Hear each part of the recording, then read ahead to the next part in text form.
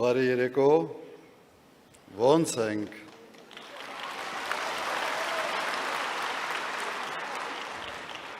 Ես բարձրանալուց մի քիչ ուշացա, սենց որտեղ փորձում եմ մարսել, ներկայացվեց որպես հետաքրքիր ձևակերպում տվեց Աննան, Հայաստանի նախագահ երկրորդ վարչապետի թեկնածու։ Մի հատ ասի կարող է սենց ճիշտ կարող է ճիշտ բան չենք անում։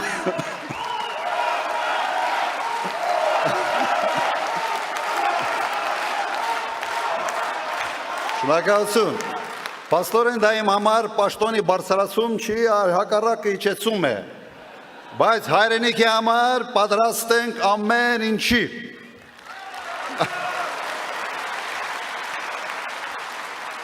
Սիրելի հայրենակիցներ, քույրեր եւ եղբայրներ, թիմակիցներ, այսօր մենք հավաքվել ենք հայտարարելու, որ մասնակցելու ենք խորհրդարանական ընտրություններին։ Մասնակցության ձևաչափը ևս հայտարարվեց։ Ուզում եմ նաև ասել, որ մենք տրամադրված ենք վճռական, մեր նպատակը հաղթանակն է։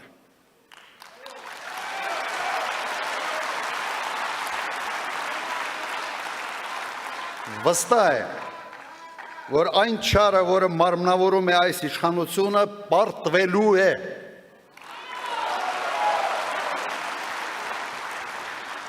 Ես նրանց հետ պայքարի մեջ եմ մտել հենց իշխանության իրենց գալու առաջի օրերից։ Եվ չեմ հանգստանալու այնքան ժամանակ, մինչև նրանք չհեռացվեն։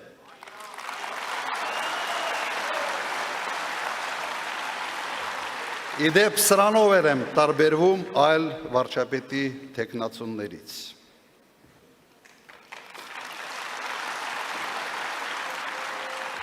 Բայց դա բավարար չէ։ Պետք է պատասխան տան նրանք, ովքեր մեղավոր են մեր հազարավոր հերոսների զոհվելու համար, ովքեր հանձնեցին Արցախը եւ ովքեր այսօր ստիպում են ժողովրդին մոռանալ իր հերոսական պայքարի պատմությունը։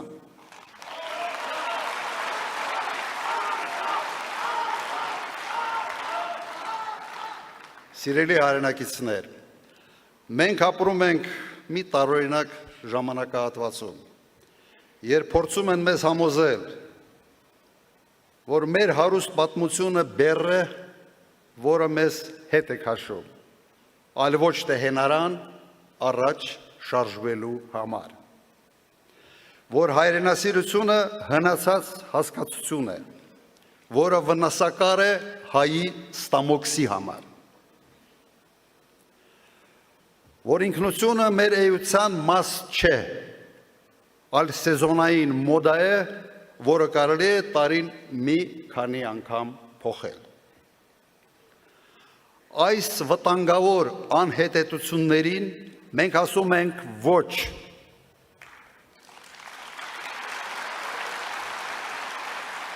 Հայաստան դաշինքի համար մեր ինքնությունը, մեր պատմությունը եւ հայրենասիրությունը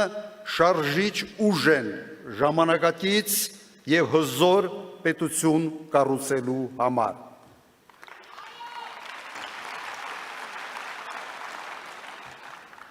Այսօր աշխարհը վերածվել է քաոսի։ Համաշխարհային կարգը փլուզվել է, իսկ նորը դեռ չի ձևավորվել։ Ամենայն հավանականությամբ ջունգլիների օրենքը որոշ ժամանակ կլինի համաշխարհային նոր կարգ։ Այդ պայմաններում անվտանգությունը առաջիկա տարիներին մնում է Հայաստանի գլխավոր խնդիրներից մեկը։ Հայաստանին անհրաժեշտ է մարտունակ բանակ, ուժեղ առաջնորդ եւ հզոր դաշնակից, որպեսզի համատեղ ուժերով չեզոքացվեն բոլոր սպառնալիքները։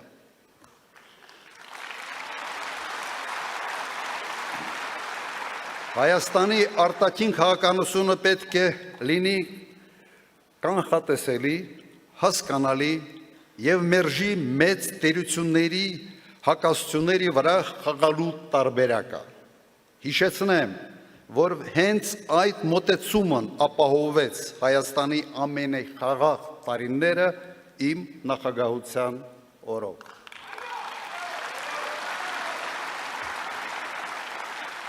Այսօր հայտարարում եմ, որ կարող եմ ապահովել մեր անվտանգության մոդելի բացարձակ հուսալի ձևաչափ։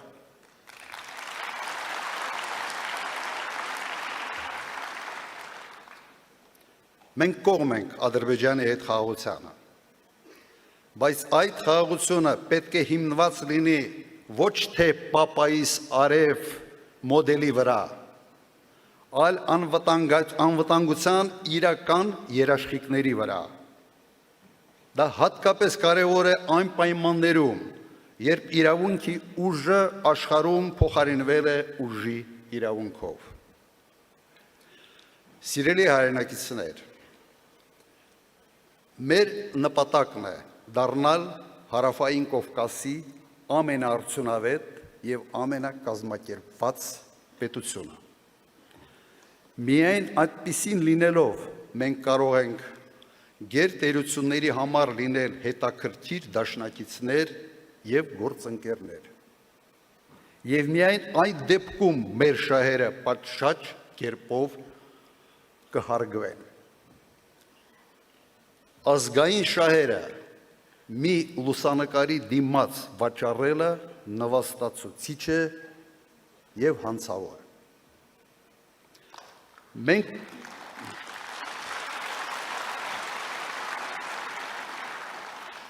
կտրուկ կբարձրացնենք պետական կառավարման արդյունավետությունը։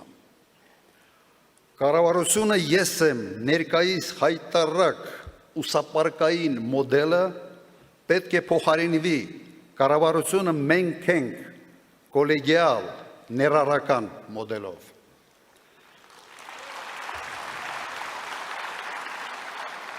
Կառավարությունը կրկես չէ, իսկ վարչապետը ծաղրացու չէ։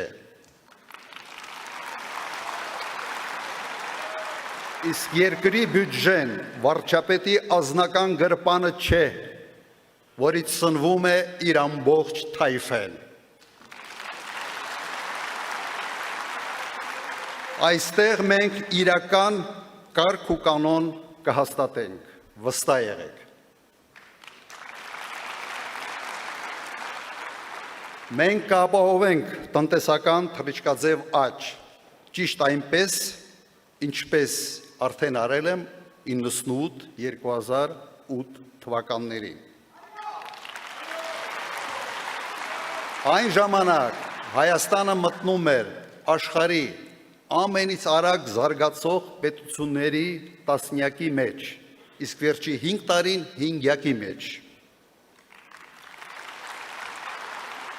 Մենք պետք է ստեղծենք ժամանակակից մրցունակ արդյունաբերություն եւ գյուղատնտեսություն, որոնք ունակ կլինեն արտահանել ապրանքներ արտաքին տարբեր շուկաներ։ Սակայն տնտեսության աճը չի կարող ինքնանպատակ լինել։ Աճը պետք է անմիջապես արտացոլվի մեր քաղաքացիների կենսամակարդակի վրա։ Իմ օրոք Հայաստանի տնտեսությունը աճեց 6 անգամ, միջին աշխատավարձը աճեց ևս 6-ապատիկ։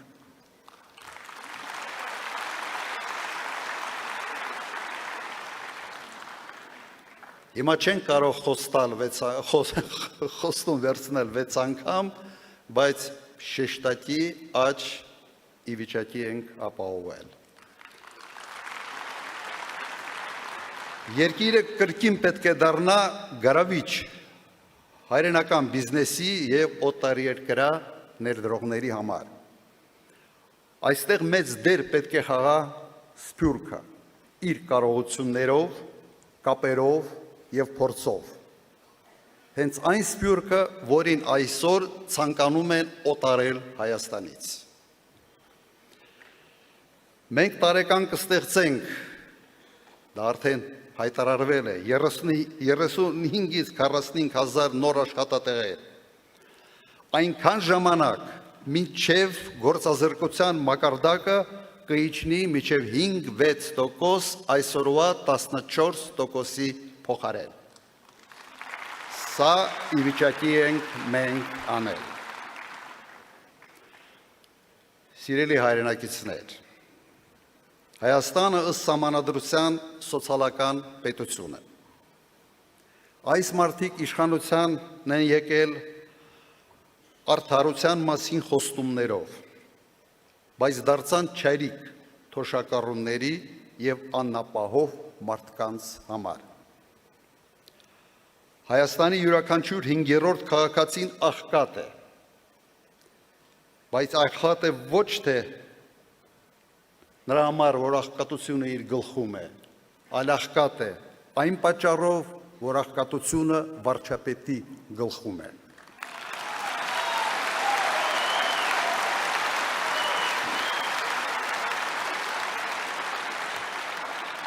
Իմ նախագահության 10 տարիների ընթացքում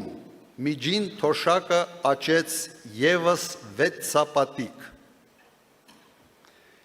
իսկ աղքատությունը նվազեց 56%-ից մինչև 24%։ Ես գիտեմ, թե ինչպես դա կարելի է անել։ Մենք շեշտակի կբարձրացնենք բազային կենսաթոշակը և կսահմանենք պարտադիր ինդեքսավորում, որպեսզի թոշակները երբեք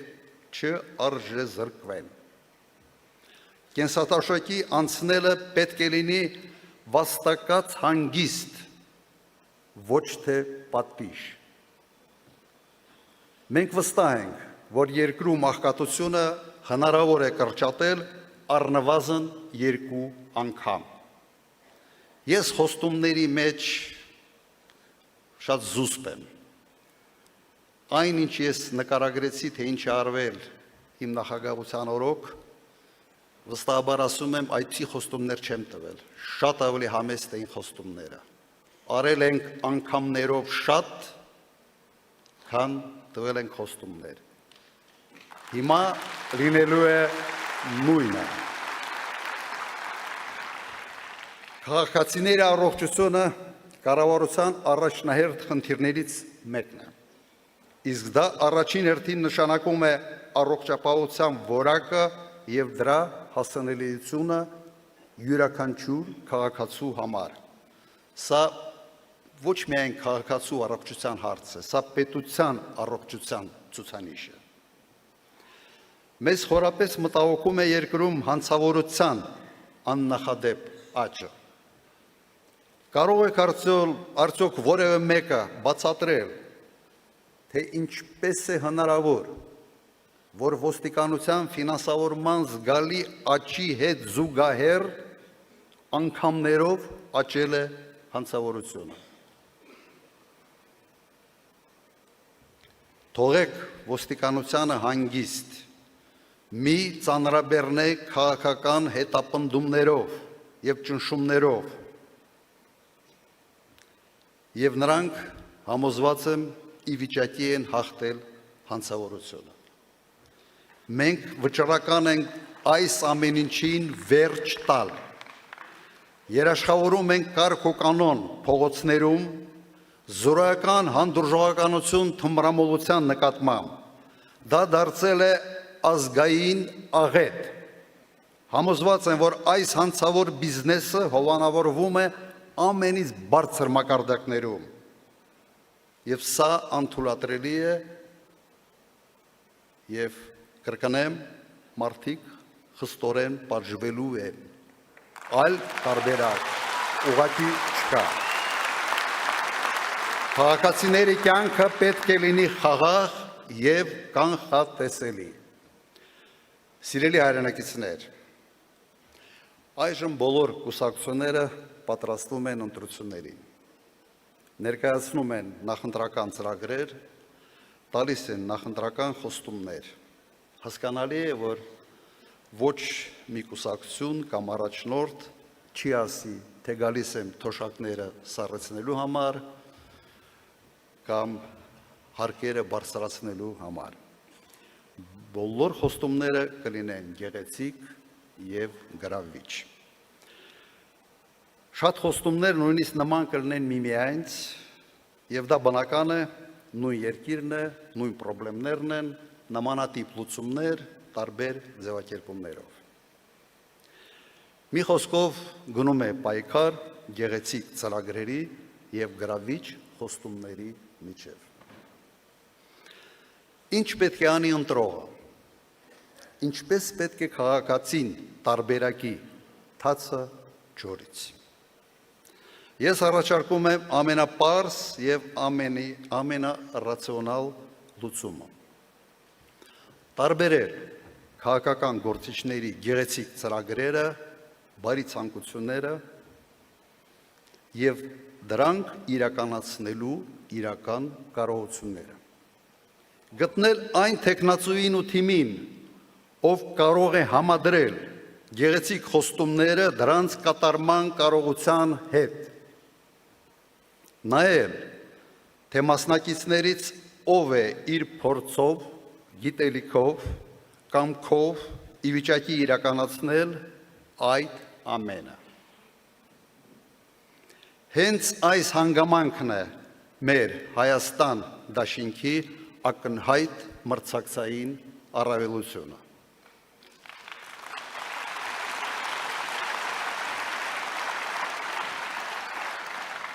Ոչ մի տեխնացու չունի պետական կառավարման, անվտանգային ոլորտի, արտաքին քաղաքականության, տնտեսական եւ մասնավոր բիզնեսի իմ ունեցած համակցված փորձը։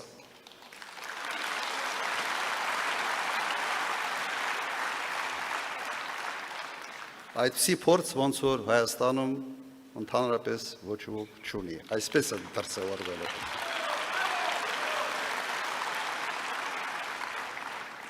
Մի անգամ դուք արդեն հավատացել եք գեղեցիկ խոստումներին, հայտնի քաղաքական խարդախից, որը ուներ զրոյական կառավարման փորձ։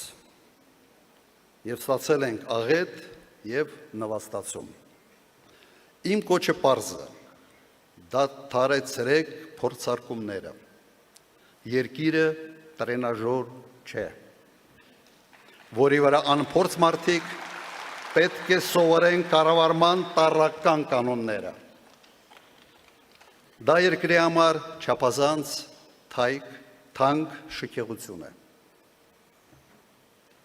Սիրելի հայրենակիցներ, այս հողը, ինչ որ տեսնում ենք, ամենաբերի հողը չէ։ Մեր լեռները ամենաբարձրը չեն, մեր ընտերքը ամենահարուստը չի, բայց սա մեր հայրենիքն է, մեր հողն է, եւ այս հողը ծնել է իմ կարծիքով ամենից խելոք, ամենից աշխատասեր, մի քիչ միամիտ ժողովուրդ, մի ժողովուրդ, որը արժանի է շատ ավելի լավ կյանքի։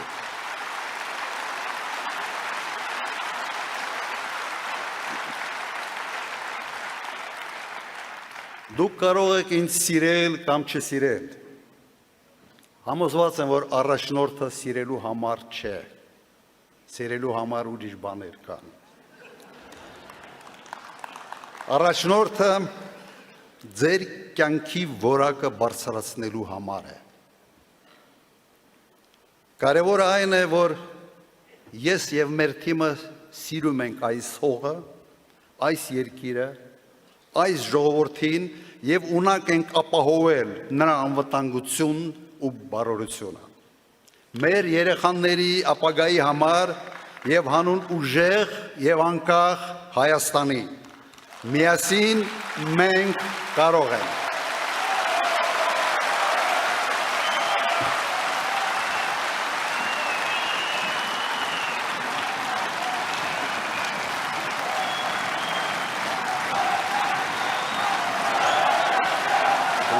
Շնորհակալություն։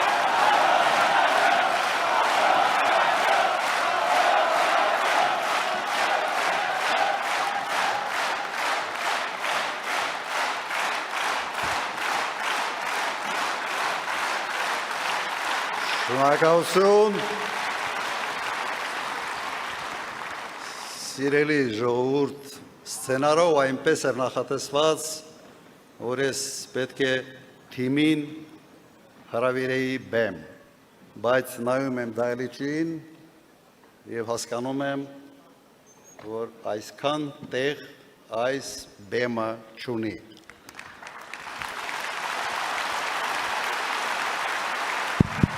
Դահլիճը լեցուն է, մեր թիմը դուք եք եւ նրանք են, ովքեր այսօր դիտում են էկրանների վրա մեր այս հանդիպումը։ Եվ քանի որ չեմ կարող հրավիրել ձեզ այստեղ, ուրեմն ես պետք է գամ ձեր մոտ։